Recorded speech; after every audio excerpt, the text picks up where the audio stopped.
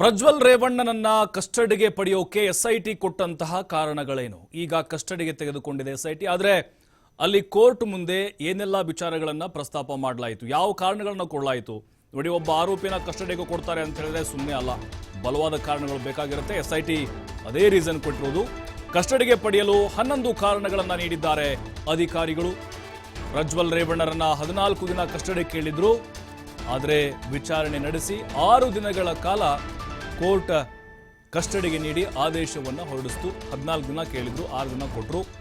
ಸದ್ಯ ಪ್ರಜ್ವಲ್ ರೇವಣ್ಣ ವಶಕ್ಕೆ ಪಡೆದು ಹೆಚ್ಚಿನ ವಿಚಾರಣೆಯನ್ನ ಕೈಗೊಂಡಿದ್ದಾರೆ ಎಸ್ಐಟಿ ಅಧಿಕಾರಿಗಳು. ವಾದ ಮತ್ತು ಪ್ರತಿವಾದ ಬಲವಾಗಿ ಮಂಡಿಸಲಾಯಿತು. ಅಶೋಕ್ ನಾಯಕ್ ವಾದ ಮಂಡಿಸಿದ್ರು ಎಸ್ಐಟಿ ಪರವಾಗಿ, ಅರುಣ ಪ್ರಜ್ವಲ್ ಪರವಾಗಿ ವಾದ ಮಂಡಿಸಿದ್ರು. ಅವರು ಹೇಳ್ತಾ ಇದ್ದುದು ಒಂದಿನ ಅಷ್ಟೇ ಅಂತ ಹೇಳಿ, ಬಟ್ ಎಲ್ಲ ವಿಚಾರಣೆ ಸುದೀರ್ಘವಾಗಿ ನಡೀಬೇಕಾಗಿರೋದ್ರಿಂದಾಗಿ ಅಂತೇಳಿ. ನೋಡಿ, ಕಾರಣ ಈಗ 6 ದಿನಗಳ ಕಾಲ ಕಸ್ಟಡಿಯಲ್ಲಿ ಪ್ರಜ್ವಲ್ ರೇವಣ್ಣ ಇರಬೇಕಾಗುತ್ತೆ, ಇದ್ದಾರೆ. 6ನೇ ತಾರೀಕು ಎಂಡ್ ಆಗುತ್ತೆ.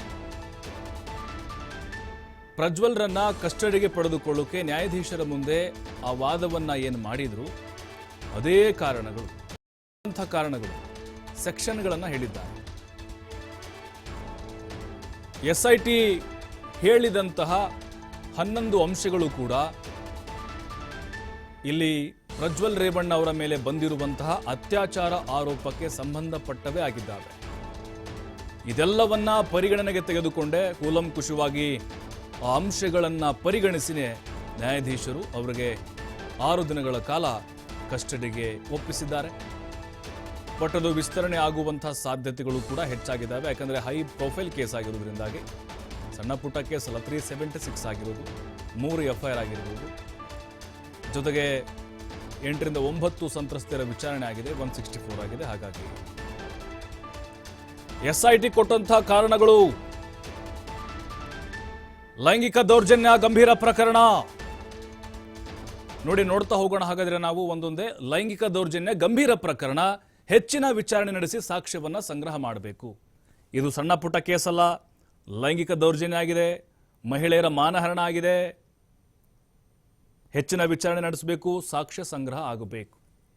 ಇವರಿಗೆ ಏನಾದರೂ ಆಚೆ ಬಿಟ್ರೆ ಸಾಕ್ಷಿ ನಾಶ ಮಾಡ್ತಾರೆ, ತಮ್ಮ ಪ್ರಭಾವ ಬಳಸ್ತಾರೆ, ಪ್ರಭಾವಿಯಾಗಿದ್ದಾರೆ, ರಾಜಕಾರಣಿ ಇದ್ದಾರೆ. ಹಾಗಾಗಿ ಎರಡನೇದು, ಲೈಂಗಿಕ ದೌರ್ಜನ್ಯಕ್ಕೆ ಹೆಚ್ಚು ಜನ ಒಳಗಾಗಿದ್ದು ಅವರನ್ನ ಗುರುತಿಸಿ ಸಾಕ್ಷ್ಯವನ್ನ ಸಂಗ್ರಹಿಸಬೇಕು. ಇವರೆಷ್ಟೇ ಅಲ್ಲ, ಈಗ 7-8 ಜನ ಅಷ್ಟೇ ಅಲ್ಲ, ಇನ್ನೂ ಸಾಕಷ್ಟು ಜನ ಇದ್ದಾರೆ. ಪ್ರಜ್ವಲ್ ರೇವಣ್ಣ ಅವರ ಮೇಲೆ ಬಂದಿರುವಂತಹ ಒಂದು ಗಂಭೀರ ಆರೋಪ ಏನಿದೆ, ಆ ಮಹಿಳೆಯರ ವಿಡಿಯೋ ಚಿತ್ರೀಕರಣ ಮಾಡೋಕೆ ಕಾರಣ ತಿಳಿಬೇಕಾಗಿದೆ. ಯಾಕೆ ವಿಡಿಯೋ ಮಾಡಿಕೊಂಡ್ರು, ವಿಡಿಯೋ ಮಾಡಿದ್ದ ಮೊಬೈಲ್ ಹಾಗೆ ವಿಡಿಯೋ ಪ್ರಸಾರದ ಬಗ್ಗೆ ತನಿಖೆ ನಡೆಸಬೇಕಾಗಿದೆ. ಆ ಮೊಬೈಲ್ ಎಲ್ಲಿದೆ, ಹೇಗೆ ಶೂಟ್ ಮಾಡಿದ್ರು, ಯಾಕೆ ಶೂಟ್ ಮಾಡಿ ಇಟ್ಕೊಂಡಿದ್ರು. ಎರಡನೇ ಆರೋಪಿ ಬಗ್ಗೆ ತಾಂತ್ರಿಕ ವೈಜ್ಞಾನಿಕ ಸಾಕ್ಷ್ಯ ಸಂಗ್ರಹಿಸಿದ್ದು, ಅದರ ವಿಚಾರಣೆ ಕೂಡ ಆಗಬೇಕಾಗಿದೆ. ಅತ್ಯಾಚಾರ ಸಂಬಂಧ ಕೃತ್ಯ ನಡೆದ ಸ್ಥಳ, ರೆಕಾರ್ಡ್ಗೆ ಬಳಸಿದಂಥ ಉಪಕರಣವನ್ನು ಕೂಡ ಶೋಧಿಸಬೇಕಾಗಿದೆ ಅನ್ನುವಂಥ ಕಾರಣಗಳನ್ನು ಕೊಟ್ಟಿದ್ದಾರೆ. ಕಾರಣ 7, ವಿಡಿಯೋದಲ್ಲಿರುವವರ ಜೊತೆ ರೆಕಾರ್ಡ್ ಮಾಡದೆ ದೌರ್ಜನ್ಯಕ್ಕೊಳಗಾದವರ ಬಗ್ಗೆ ತನಿಖೆಯಾಗಬೇಕು. ಯಾರ್ಯಾರು ದೌರ್ಜನ್ಯಕ್ಕೆ ಒಳಗಾಗಿದ್ದಾರೋ ಅಂಥವ್ರ ಬಗ್ಗೆ. ವಿದೇಶಕ್ಕೆ ಪಲಾಯನವಾದ ಸಮಯ, ವಿದೇಶಕ್ಕೆ ವಾಸ್ತವ್ಯಕ್ಕೆ ಆಶ್ರಯ ನೀಡಿದವರ ಬಗ್ಗೆ ತನಿಖೆ ಆಗಬೇಕು. ಅಂದರೆ ವಿದೇಶಕ್ಕೆ ಹೋಗೋಕೆ ಯಾರು ಸಹಾಯ ಮಾಡಿದ್ದು, ಅಲ್ಲಿ ಯಾರು ಅವ್ರಿಗೆ ಹೆಲ್ಪ್ ಮಾಡಿದ್ದು ಅಂತ. ಪ್ರಜ್ವಲ್ ರೇವಣ್ಣ ಕೇಸ್ ಏನಿದೆ, CRPC 53A ಅಡಿಯಲ್ಲಿ ವಿವರವಾದ ವೈದ್ಯಕೀಯ ಪರೀಕ್ಷೆಗೆ ಅವಕಾಶ ಮಾಡಿಕೊಡಬೇಕು. 53A ಅತ್ಯಾಚಾರ ಆರೋಪಿ ವೈದ್ಯಕೀಯ ಪರೀಕ್ಷೆಗೆ ಒಳಗಾಗಬೇಕು ಅಂತ ಹೇಳುತ್ತೆ. 10 ಕಾರಣ, ಸಂತ್ರಸ್ತೆಯೊಂದಿಗಿನ ಸಂಭಾಷಣೆಯೊಂದಿಗೆ ಆರೋಪಿಯ ಧ್ವನಿ ಪರೀಕ್ಷೆ. ನೋಡಿ, ಅಲ್ಲಿ ಆಡಿಯೋ ಪರೀಕ್ಷೆ ಕೂಡ ಆಗಬೇಕಾಗಿದೆ, FSL ಕಳಿಸಬೇಕಾಗಿದೆ.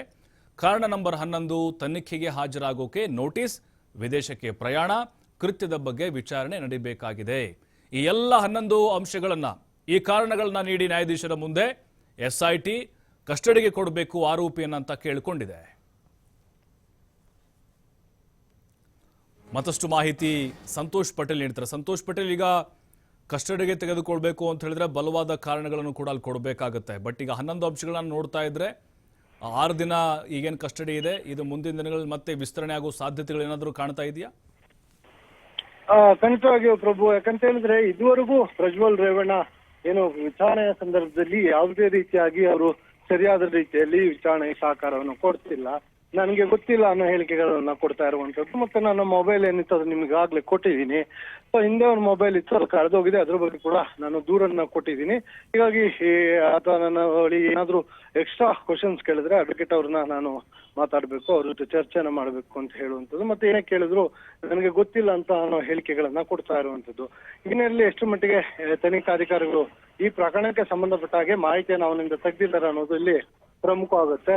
ಸೊ ಅದರ ಜೊತೆಗೆ ಸುಮಾರು 11 ಕಾರಣಗಳನ್ನು ಕೊಟ್ಟಿದ್ರು. ಅದನ್ನ SIT ವಶಕ್ಕೆ ಪಡ್ಕೊಳ್ಳಕ್ಕೆ ಏನು ರಿಮ್ಯಾಂಡ್ ಅಪ್ಲಿಕೇಶನ್ ಹಾಕ್ತಾರೆ, ಆ ರಿಮ್ಯಾಂಡ್ ನಲ್ಲಿ ನ್ಯಾಯಾಲಯಕ್ಕೆ ಒಂದಿಷ್ಟು ಮಾಹಿತಿಯನ್ನ ಕೊಟ್ಟಿದ್ರು. ಆ ಮಾಹಿತಿಯನ್ನ ಕೊಟ್ಟು ಇವರು ಈತನ ಏನು ಈಗಾಗಲೇ ಇದುವರೆಗೂ ವಿಡಿಯೋ ರೆಕಾರ್ಡ್ ಆಗಿದೆ, ಈ ವಿಡಿಯೋ ರೆಕಾರ್ಡ್ ಮಾಡಿದವರು ಯಾರು, ರೆಕಾರ್ಡ್ ಮಾಡಿದಂತ ಡಿವೈಸ್ ಯಾವುದು, ಎಲ್ಲಿ ರೆಕಾರ್ಡ್ ಮಾಡಲಾಗಿದೆ, ಸೊ ಅತ್ಯಾಚಾರವನ್ನ ಎಲ್ಲೆಲ್ಲಿ ಮಾಡಲಾಗಿದೆ, ಸೊ ಅಲ್ಲೆಲ್ಲ ಕರ್ಕೊಂಡು ಹೋಗ್ಬೇಕು, ಅದನ್ನ ಹಾಜರು ಮಾಡ್ಬೇಕು, ಅದ್ರ ಬಗ್ಗೆ ಮಾಹಿತಿಯನ್ನು ತೆಗಿಬೇಕು.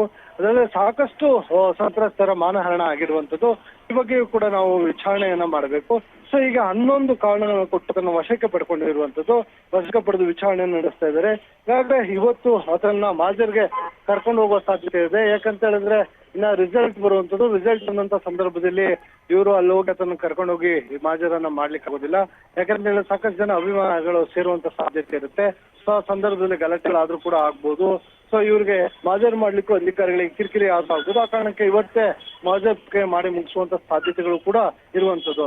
ಇದಾದ ಬಳಿಕ ಅಂದ್ರೆ ಈಗ ಅದನ್ನ ವಶಕ್ಕೆ ಪಡ್ಕೊಂಡಿರುವಂತದ್ದು ಕೇವಲ ಹೊಳೆನರಸೀಪುರ ನಗರ ಪೊಲೀಸ್ ಠಾಣೆಯಲ್ಲಿ ದಾಖಲಾದಂತಹ ಪ್ರಕರಣಕ್ಕೆ ಸಂಬಂಧಪಟ್ಟ ಹಾಗೆ. ಅದಲ್ಲದೆ ಇನ್ನೂ 2 ಪ್ರಕರಣಗಳು ಆತನ ಮೇಲೆ ದಾಖಲಾಗಿರುವಂತದ್ದು. ಏನು KR ನಗರದಲ್ಲಿ ಆದಂತಹ ಕಿಡ್ನಾಪ್ ಮತ್ತು ಅತ್ಯಾಚಾರ ಪ್ರಕರಣ, ಅದ್ರ ಜೊತೆಗೆ CID SIT ಆದ ಬಳಿಕ SITಗೆ ಬಂದು ಓರ್ವ ಸಂತ್ರಸ್ತೆ ದೂರಕ್ಕೆ ಹೋಗಿರುವಂತದ್ದು, ಅತ್ಯಾಚಾರ ಆಗಿರೋ ಬಗ್ಗೆ. ಸೊ ಈ 2 ಪ್ರಕರಣದಲ್ಲಿ ಅವನು ವಿಚಾರಣೆಯನ್ನು ಮಾಡಬೇಕಾಗುತ್ತೆ. ಅದಲ್ಲದೆ ಈತನ ಬಂಧನ ಬಳಿಕ ಮತ್ತಾರಾದ್ರೂ ಒಂದು ಸ್ಟೇಟ್ಮೆಂಟ್ ಅನ್ನು ಕೊಟ್ಟು ಹೋಗಿದ್ರೆ, ಅದರ ಜೊತೆಗೆ ಹಿಂದೆ ಸುಮಾರು 8 ರಿಂದ 9 ಜನ ಸಂತ್ರಸ್ತೆಯರು ಈಗಾಗಲೇ ಹೇಳಿಕೆಗಳನ್ನ ಕೊಟ್ಟು ಹೋಗಿದ್ದಾರೆ ಅಂತ ಹೇಳಲಾಗ್ತದೆ. ಸೊ ಅದಕ್ಕೆ ಸಂಬಂಧಪಟ್ಟ ಹಾಗೆ ಅದನ್ನ ವಿಚಾರಣೆಯನ್ನ ಮಾಡಬೇಕು. ಇವೆಲ್ಲವೂ ಒಂದು ಕಡೆ ಆದ್ರೆ, ಮತ್ತೊಂದು ಕಡೆ ಈಗಾಗಲೇ ಪತ್ತೆಯಾಗಿರುವಂತಹ ಪೆನ್ ಡ್ರೈವ್ ನಲ್ಲಿ ಇರುವಂತಹ ವಿಡಿಯೋಗಳೇನಿದೆ, ಫೋಟೋಸ್ಗಳೇನಿದೆ, ಸೊ ಅವುಗಳನ್ನ ಇಟ್ಕೊಂಡು ಇವರು ವಿಚಾರಣೆಯನ್ನ ಮಾಡಬೇಕಾಗತ್ತೆ. ಸೊ ಅದ್ರ ಜೊತೆಗೆ ಮೆಡಿಕಲ್ ಟೆಸ್ಟ್ ಅನ್ನ ಮಾಡಿಸ್ಬೇಕಾಗುತ್ತೆ. ಅಂದ್ರೆ ಆ ವಿಡಿಯೋದಲ್ಲಿ ಇರುವಂತ ಆಡಿಯೋ ಏನಿದೆ ಅದನ್ನ ಸ್ಯಾಂಪಲ್ಸ್ ಗಳನ್ನ ತೆಗೆದುಕೊಳ್ಬೇಕು. ಆ ಸ್ಯಾಂಪಲ್ಸ್ ಗಳನ್ನ ತೆಗೆದುಕೊಂಡು FSL ಕೊಡಬೇಕು. ಮತ್ತೆ ಅಲ್ಲಿಂದ ಆ ವರದಿ ಬರೋವರೆಗೂ ಇವ್ರು ಕಾಯ್ಬೇಕಾಗತ್ತೆ. ಸೊ ಹೀಗಾಗಿ ಹಲವು ಇನ್ನೂ ಕಾರಣಗಳಿದೆ, ಪ್ರೋಸೆಸ್ಗಳಿದೆ. ಈ ಹಿನ್ನೆಲೆಯಲ್ಲಿ ಆತನ ಮತ್ತೆ 6 ದಿನಗಳ ಬಳಿಕ ನ್ಯಾಯಾಲಯಕ್ಕೆ ಆತನ ಪ್ರೊಡ್ಯೂಸ್ ಮಾಡಿ ಮತ್ತೆ ಇವರು SIT ವಶಕ್ಕೆ ತೆಗೆದುಕೊಳ್ಳುವಂತ ಸಾಧ್ಯತೆ ಇರುವಂತದ್ದು. ಪ್ರಭು, ಥ್ಯಾಂಕ್ ಯು ಸಂತೋಷ್ ಪಟೇಲ್ ಮಾಹಿತಿಗಾಗಿ.